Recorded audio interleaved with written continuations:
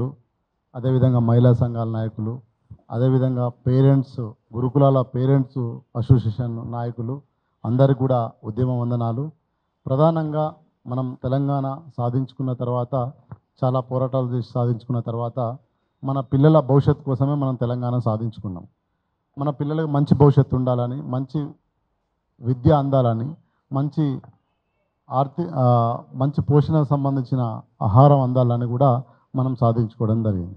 అయితే తెలంగాణ వచ్చిన తర్వాత 10 సంవత్సరాలు, ఇది 12వ సంవత్సరం ముందుకు పోతున్న సమయంలో చాలా ప్రభుత్వం, ఇప్పుడు ఇక్కడ ఏంటంటే ఒక విషయం ఏం చెప్పాలంటే, ప్రభుత్వాన్ని తిట్టడమో, ప్రభుత్వాన్ని పొగడమో, ఇంకొక ప్రభుత్వాన్ని కాదు, మనం పిల్లల వైపు నుంచి మాట్లాడుతున్నాం.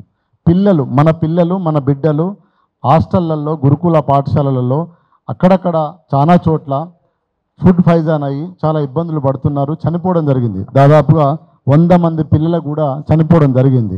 సో ఈ సమస్యలన్నీ మనం రోజు వింటున్నాము, ఎక్కడనో అక్కడ స్పందిస్తున్నాం, మాట్లాడుతున్నాం.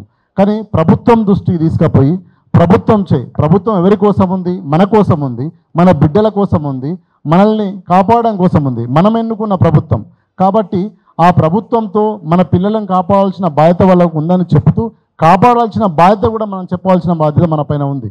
కాబట్టి ఈరోజు ప్రధానంగా గురుకుల విద్యాలయాల్లో సమస్యలు, సవాళ్ళు, వాటి పరిష్కారాలు ఎట్లా చేద్దాం, పరిష్కారం ఎన్ని సమస్యలు ఉన్నాయి, ఆ సమస్యలకు ఏమేమి సవాళ్ళు ఎదురవుతాయి మనకు, ఆ సవాళ్ళను ప్రభుత్వము, మనము, మేధావులము, యాక్టివిస్టులము అందరం కలిసి వాటికి ఒక పరిష్కార మార్గం తీసుకెళ్ళి ప్రభుత్వంతో ఎట్లా పని చేయించాలి అనే ప్రధానమైన ఎజెండా మీద ఈ రౌండ్ టేబుల్ సమావేశం పెట్టడం జరిగింది.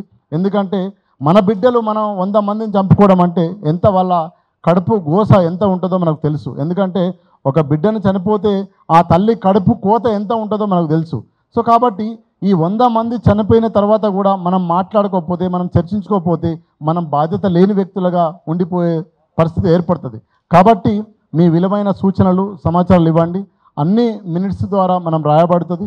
ప్రభుత్వం దృష్టికి తీసుకుపోదాం, ప్రభుత్వం తీసుకెళ్ళి మన బిడ్డలను మనం కాపాడుకునే ప్రయత్నం చేద్దాం. అటువైపుగా ప్రభుత్వాన్ని కూడా పనిచేయాలని మనం కోరుకుందాం ఈ డయాస్ నుంచి.